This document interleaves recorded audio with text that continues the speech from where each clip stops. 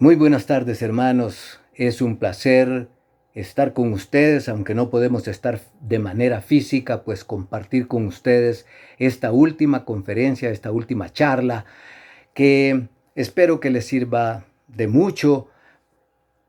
Es nuestro intento, nuestra intención de que podamos aprender cómo vivir mejor nuestras vidas cristianas y cómo responder después de una experiencia de pandemia a renovar nuestros ministerios. Ese es el objetivo de esta conferencia. Bien, en el capítulo 24 de San Mateo encontramos nosotros, tanto como en el capítulo 13 del Evangelio de San Marcos y el capítulo 21 del libro de San Lucas, encontramos estos pequeños apocalipsis. Porque aquí naturalmente no puedo en 40 minutos hablarles de todo el Apocalipsis. Pero dice en el capítulo 21 de San Lucas, versículo 28, cuando estas cosas comiencen a suceder, erguíos y levantad vuestra cabeza, porque vuestra redención está cerca.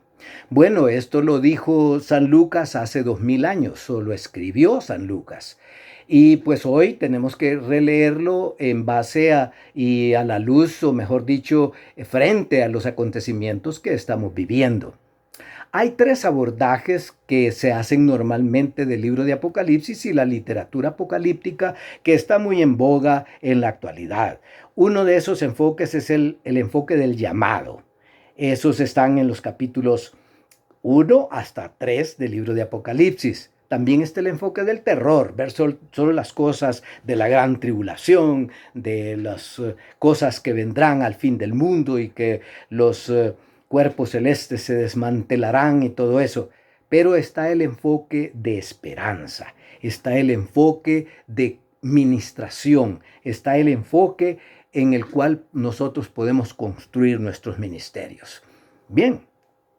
Entonces, como introducción, podemos hablar de las cosas que hemos visto, como el mismo escritor del libro de Apocalipsis lo dice. ¿Qué hemos visto? ¿Qué es lo que hemos visto? Yo por lo menos soy del siglo pasado, nací en medio de la segunda gran conflagración mundial, precisamente cuando estaban preparando las bombas de Hiroshima y Nagasaki. Unos años antes, apenas 10, 12 años antes, estuvo la Primera Guerra Mundial. Hemos visto imperios levantarse y caerse. No solamente los hemos visto, es decir, no los hemos visto en vivo, pero los leemos en la Biblia, los leemos en libros, los leemos en los libros de historia y particularmente la Biblia. Los imperios antiguos, los dominios territoriales por medio de los ejércitos, las potencias militares tratando de doblegar el mundo, las potencias económicas, que es lo más común que hoy estamos viendo, potencias económicas tratando de dominar las economías más pequeñas.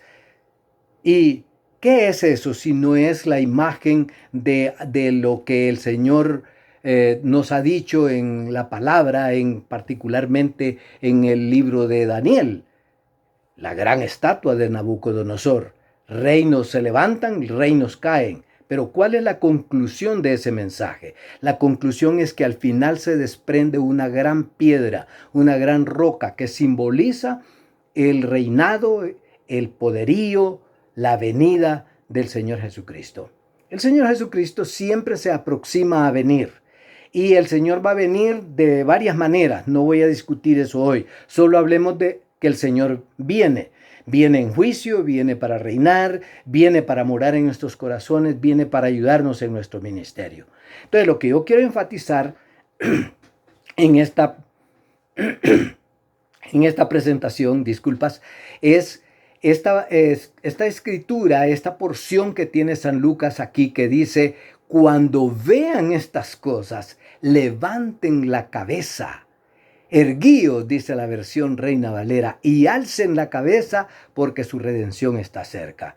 ¿Por qué nos estará pidiendo el Señor levantar nuestra cabeza? Es aquí donde quiero enfatizar en toda la presentación que voy a hacer. ¿Por qué debemos levantar nuestra cabeza? De repente porque hemos tenido la cabeza muy agachada, viendo nuestras propias cosas, viendo las cosas de la tierra, viendo las riquezas, el engaño de las riquezas que dice la parábola de los terrenos, viendo las cosas como nuestro ministerio es tomado en cuenta o cómo nuestra manera de hacer las cosas es reconocido por otros, cómo conseguimos mejores recursos. De repente hemos tenido la cabeza muy abajo y ahora hay que levantarla. Es así como en los partidos de los equipos, ¿verdad?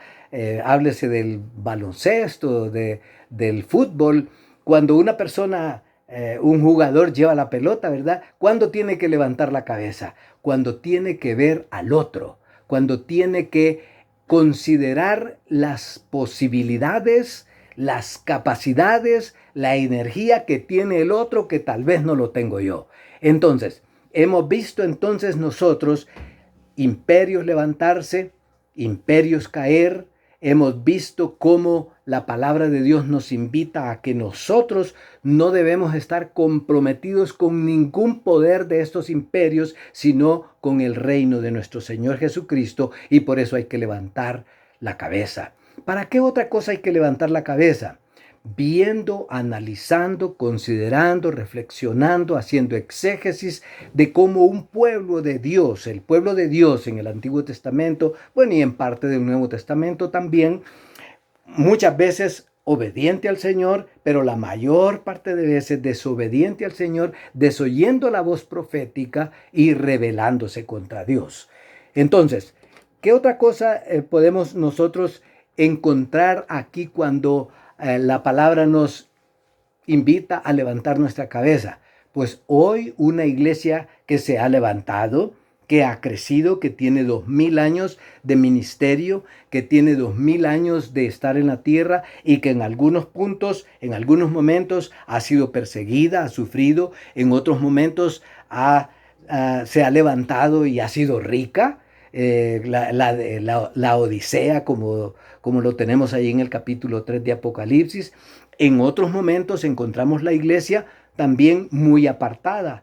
En este momento tenemos apostasía, tenemos falsos maestros, y aquí probablemente necesitemos reflexionar, dedicar un poco más de tiempo a la reflexión, al análisis, a la exégesis, diría yo, por lo menos al estudio inductivo de estos pasajes. Hemos visto grandes poderes enriquecerse a costa de los más pobres y los marginados. Hemos visto guerras, hambres. Yo recuerdo en mi niñez cuando miraba sequías y miraba hambre cuando costaba mucho la libra de frijoles, y eso lo estamos viendo hoy y probablemente lo veamos con más frecuencia y lo veamos más de cerca en los años que vienen. Hemos visto cómo muchos están buscando siempre enriquecerse más y sin mirar al otro la necesidad que tiene de esos recursos para poder seguir adelante en su vida. Entonces, sobre todas estas cosas, la primera cosa o lo más importante que el Señor nos está diciendo aquí en la palabra del Apocalipsis es que levantemos nuestras cabezas. No lo dice en el Apocalipsis como libro, pero lo dice Jesús en su pequeño Apocalipsis. Si usted nota entonces ¿qué es lo que nos dice la palabra de Dios? Podemos ahora abrir nuestras Biblias. No voy a estar leyendo porque no tengo aquí las facilidades de hacerlo tan dinámico lo que estoy diciendo. Si estoy leyendo, como lo haría en vivo y cuando tengo un periodo de tiempo más libre que aquí, que tengo el tiempo muy limitado. ¿Qué es lo que nos está diciendo el Señor Jesús al decir que levanten la cabeza? Bueno, en primer lugar, el Señor Jesucristo nos está diciendo que levantemos nuestras cabezas para revisar nuestros ministerios, nuestras personas, nuestras comunidades cristianas, nuestro mundo allí a nuestro alrededor, que lo revisemos para ver si estamos en fe, como dice San Pablo. Eso lo tenemos en estos capítulos del 1 al 3 del libro de Apocalipsis. Si ustedes releen eso, que aquí no lo puedo hacer por esta cosa del tiempo, se lo voy a recordar. ¿Qué dicen estos primeros capítulos del Apocalipsis? Dice, mírense a ustedes. Iglesia de Éfeso, has dejado tu primer amor. Iglesia de Esmirna, yo estoy contigo en medio del sufrimiento. Iglesia de Sardis, tenga cuidado. No recuerdo allí la expresión, pero en el caso de la iglesia de la Odisea dice, tenga cuidado, Póngase caliente en el Señor, no sea tibio. Mejor que seas frío y no tibio. ¿Qué está diciendo en estos 3 capítulos? Si regresamos al capítulo 1, Dios está diciendo, mírenme a mí, puestos los ojos en Jesús, el autor y consumador de la fe, el que anda en medio de los 7 candeleros. El Señor está en medio de los 7 candeleros. Hoy está en medio de nosotros. Mírenme a mí, el que tiene ojos penetrantes como para ver lo que los demás no pueden ver. Mírenme a mí, el que se ciñe con un cinto de oro. Miren este personaje que nos enseña cómo vivir la vida y cómo servir a los demás y cómo poner su vida por los demás. Esa es la primera cosa que yo encuentro que el Señor nos está diciendo. Revisen su vida. ¿Por qué está usted viviendo su vida cristiana? ¿Por qué es un obrero cristiano? ¿Por qué es un pastor? ¿Por qué es un profeta? ¿Por qué es un maestro?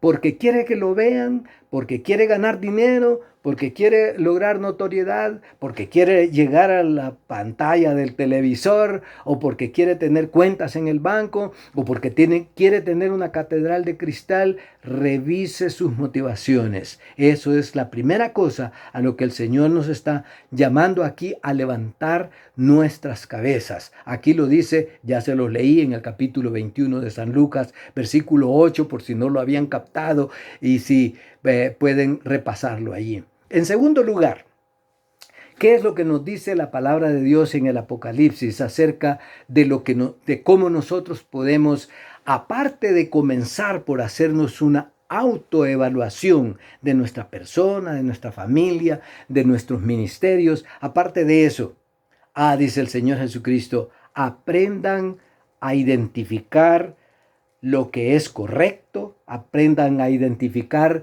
lo que es justo, aprendan a identificar lo que imita y construye, lo que imita a Jesucristo y construye el reino de Dios. Vámonos al capítulo 24 de San Mateo. Y usted, si tiene oportunidad, ahí ábralo rápidamente. Yo no lo he querido hacer para no entretener la dinámica de una grabación como esta o de un mensaje como este, sino que seguir adelante. Dice el capítulo 24 de Mateo, versículos 4 y 5. Tengan cuidado, no se dejen engañar, porque vendrán muchos en mi nombre, diciendo yo soy el Cristo, y a muchos engañarán aún a los escogidos. ¿Le puso atención a esa palabra? Bueno, son los que vienen vestidos de ovejas, pero son lobos rapaces. Si usted lee aquí, por eso es que yo aquí me desmarco un tanto de la interpretación del dispensacionalismo clásico que habla de el anticristo, hasta hablando de la religión falsa, del que viene en nombre de, pero no es, del que predica el evangelio, pero está equivocado, porque no está conforme a la palabra de Dios. Por eso, y aquí en este punto, déjeme afianzar una idea que es bien importante. No solamente estudie el Apocalipsis en base a las doctrinas aprendidas acerca de lo que es escatología. Tome los pasajes de la Biblia y estúdielos por sí solos. Por ejemplo, yo en estudiar nuevamente esto encontré ese tema que todavía me llena de mucha angustia de la gran tribulación. El sistema dispensacionalista enseña que la gran tribulación es las 70 semanas de Daniel. Leyendo el capítulo 9 de las 70 semanas de Daniel, yo encuentro que esta tribulación es de los judíos y que las 70 semanas es de los judíos. No son 69 semanas, las 70 también. Si usted lo lee desprendiéndose de una doctrina que ya hemos aprendido y que nos la han enseñado y que nos han dicho, luego empiezan los sistemas teológicos y doctrinales, muchas veces comienzan a tratar de calcular fechas, que el rapto va a ser antes de esto y que la gran tribulación va a ser después de esto y que la parucía va a ser antes del milenio o en medio del milenio o en medio de la gran tribulación. ¿Sabe qué? No seamos necios. El Señor Jesucristo dijo, el día y la hora nadie lo sabe. porque es un asunto que el Señor puso en su sola potestad. Por eso cuando los discípulos le preguntaron, y me llamó la atención releer el capítulo 1 del libro de los Hechos, en el cual, en el versículo 6, los discípulos le preguntan a Jesús antes de la ascensión y le dicen, Señor, ¿restaurarás el reino a Israel en este tiempo? Ellos todavía están pensando en el reino de Israel y en efecto la promesa es de la restauración del reino de Israel. Sí que así lo es literal eso. Pero fíjese que leyendo unos versículos anteriores dice que les había enseñado muchas cosas acerca del reino de Dios. Y yo me hice la pregunta, ¿les habrá enseñado Jesús cuando les habló acerca del reino de Dios, acerca del milenio? Porque es un tema muy controversial, muy problemático. Y mucha gente trata de colocarlo aquí, de colocarlo allá, de que la segunda venida va a ser aquí, de que va a ser allá. Yo no dudo del reino del Señor Jesucristo, pero sí tengo mis reservas en cuanto a la interpretación de cómo se identifique eso. ¿Sabe por qué? Por las palabras del mismo Señor Jesucristo. Porque, ¿qué les contesta Él cuando ellos le dijeron, ¿restaurarás el reino a Israel en este tiempo? Y Jesús les dijo, no les toca a ustedes saber los tiempos y las sazones que el Padre puso en su sola potestad. Pero recibiréis poder cuando haya venido sobre vosotros el Espíritu Santo y me seréis testigos. A ustedes les interesa, ustedes todavía tienen la cabeza abajo. A ustedes les interesa este reino de aquí de la tierra. A ustedes les interesa, como Juan y Santiago, a qué lado van a estar, al lado del reino. A mí no me interesa eso, me interesa la propagación del reino. Y volviendo al capítulo 24 de San Mateo, no lo puedo seguir así versículo por versículo en esta ocasión, pero dice él, y será predicado este evangelio del reino y entonces vendrá el fin. Así que de lo que puede estar seguro usted y puedo estar seguro yo, que ahorita, esto no es el fin. Al final del pasaje, cuando usted lo lee detenidamente, sin esos enmarañamientos de las doctrinas que nos han enseñado, dice el Señor Jesucristo, entonces, que al final, dice, de todo será predicado el mensaje del evangelio y entonces vendrá el fin. Y entonces los discípulos, claro, tenemos que reubicar, no lo estoy haciendo hoy, las partes que él les expresa a los judíos hasta la destrucción de la ciudad de Jerusalén y del templo en el año 70 y apartar esas cosas de lo que se llama el fin. Y al fin dice que después de aquella gran tribulación, dice, entonces aparecerá la señal del Hijo del Hombre. Y en uno dice la señal, en otro dice aparecerá el Hijo del Hombre, si usted lee en comparación los tres apocalipsis. Entonces el Señor nos está diciendo, la tarea de nosotros es mantenernos puros, no solamente nosotros, sino mantener pura la iglesia, depurada de aquellos que se dicen ser Cristos, de aquellos que se dicen ser profetas, maestros, enseñadores, pero que son falsos. Se requiere mucho discernimiento y mucha espiritualidad. Hay que identificarlos. Judas lo puso muy claro. Esos son nubes sin agua, dice. Esos son falsos que no han aprendido de la palabra de Dios. Repase la carta de San Judas. Repase el capítulo 2 de Primera de Juan juntamente con este Apocalipsis del capítulo 24 de San Mateo. Tercero,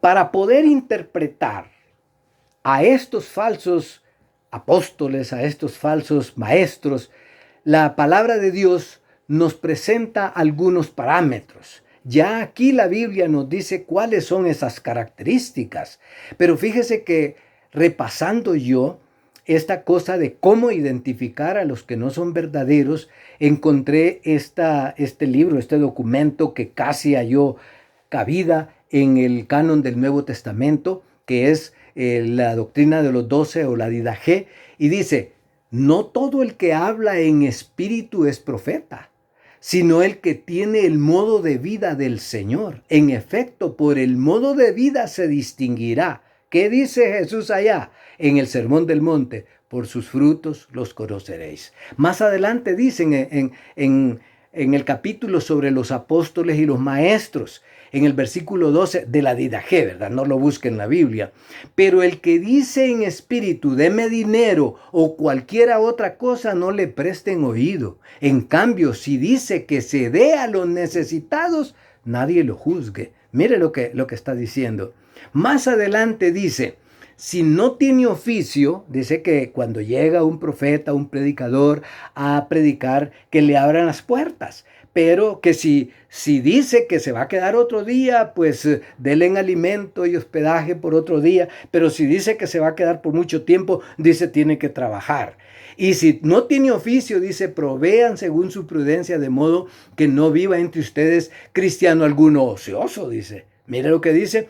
Si no quiere aceptar esto, se trata de un traficante de Cristo. Entonces hay que aprender a identificar a los que son idénticos, a los que son parecidos a Jesucristo.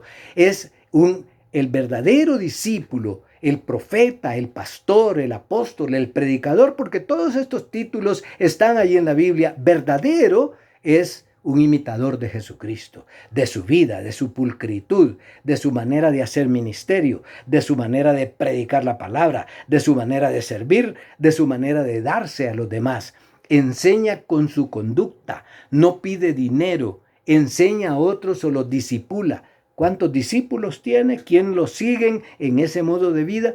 Prefiere dar de lo que tiene y no estar pidiendo. Ese es el principio fundamental de cómo distinguir los falsos maestros. En tercer lugar, ¿qué es levantar nuestras cabezas? Levantemos nuestra cabeza. No estemos viendo solo a estas cosas de la tierra.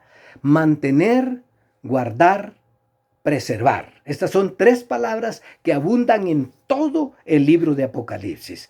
Vuelva a leer y encuentre esas palabras. Dice, retén lo que tienes, mantenerlo. Retén lo que tienes para que ninguno tome tu corona. Bienaventurados los que leen, los que oyen y los que guardan las palabras de esta profecía. Y los que perseveran en la fe. Ese es el llamado ya en el siguiente capítulo del libro de San Mateo, del Evangelio de San Mateo, en donde Jesús deja de hablar de estas cosas y viene diciendo, estas son las características de los seguidores del reino.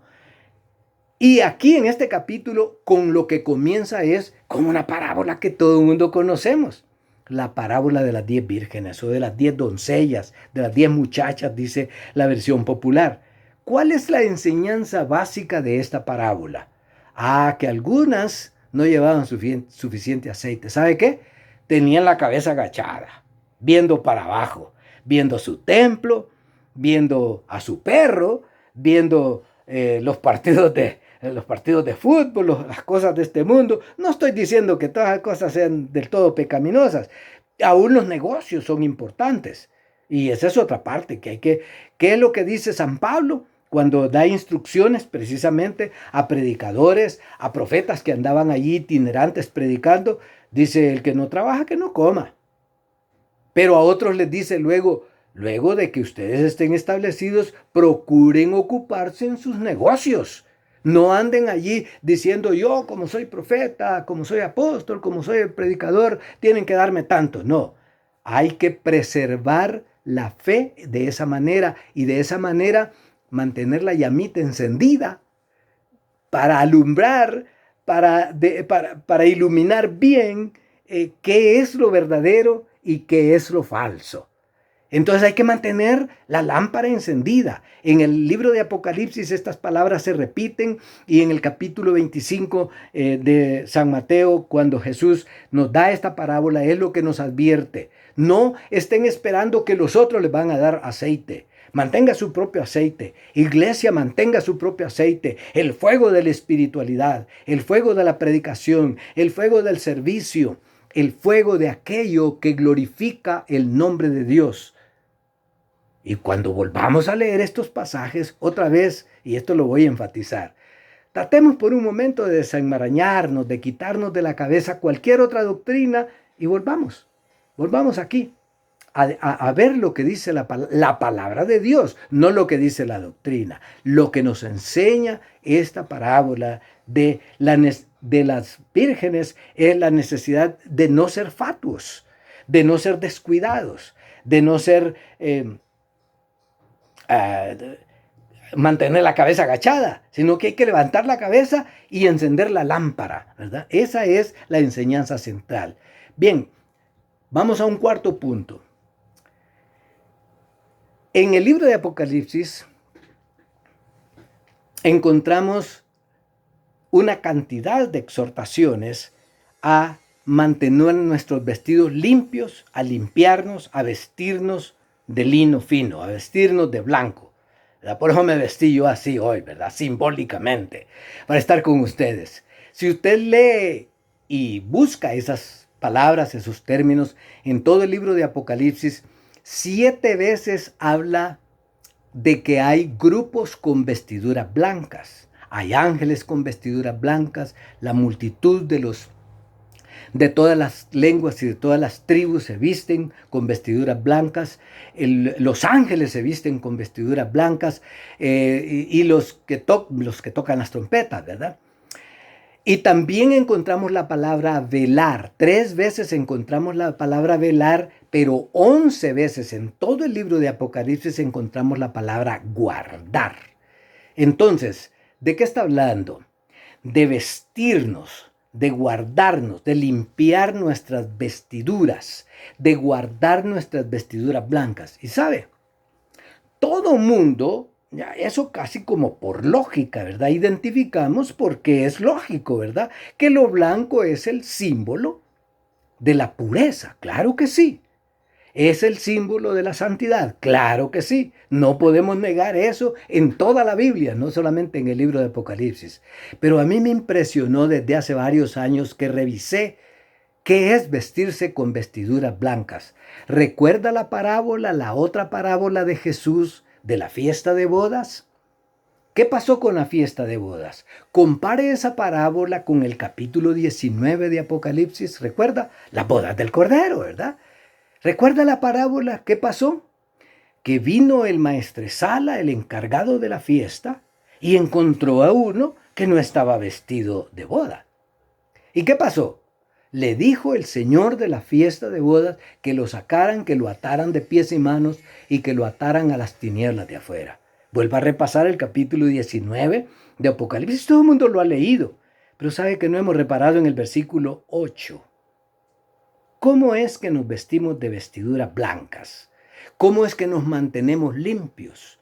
¿Cómo es que velamos por mantener la voluntad del Señor? ¿Cómo es que lavamos nuestras ropas en la sangre del Cordero? ¿Qué maneras? Lea el versículo 8 y ahí dice, y a su esposa se le ha concedido que se vista de lino fino, limpio. ¿Y qué dice después? Porque el lino fino es las acciones de los santos. ¿Estamos vistiéndonos de lino fino? ¿Estamos vistiéndonos con las buenas acciones?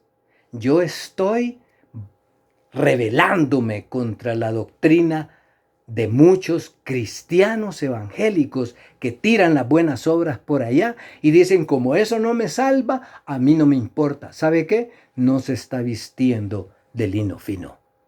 5, y ya voy concluyendo. El Señor Jesucristo en el libro de Apocalipsis nos invita a edificarnos los unos a los otros.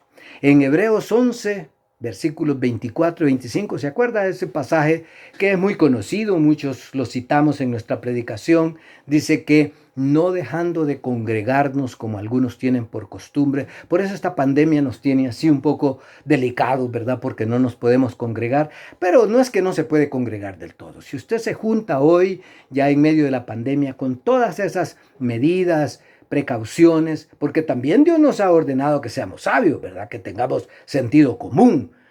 Podemos edificarnos los unos a los otros. En Mateo capítulo 22, versículos 12 a 13, y ya lo mencioné, Apocalipsis 19, 8, nos invita a que unos a otros nos ayudemos a que mantengamos nuestras vestiduras blancas, a que creemos una comunidad en la cual nos estimulamos los unos a los otros a las buenas obras, a que nos edifiquemos, como dice ahí en el capítulo 11 de Hebreos, nos edificándonos unos a otros.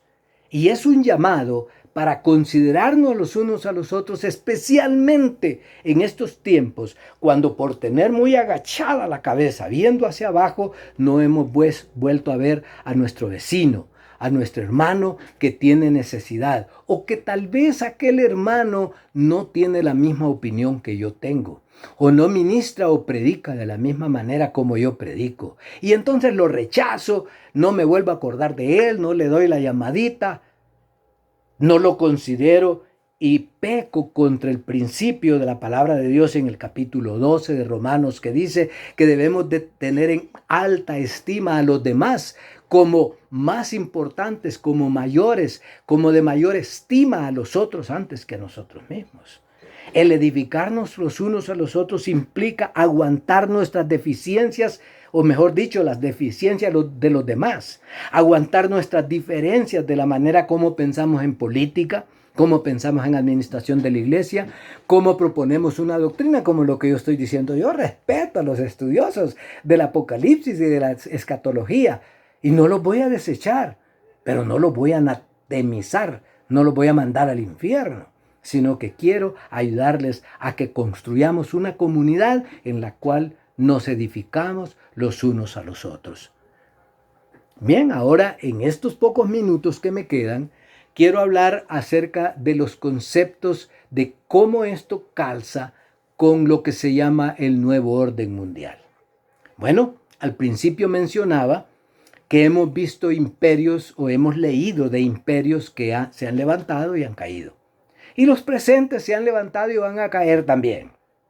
Esta semana apareció la noticia ahí en redes sociales, todavía no lo hemos visto en los medios formales, de que ya hay una nueva moneda en el mundo a partir de la China, la moneda electrónica.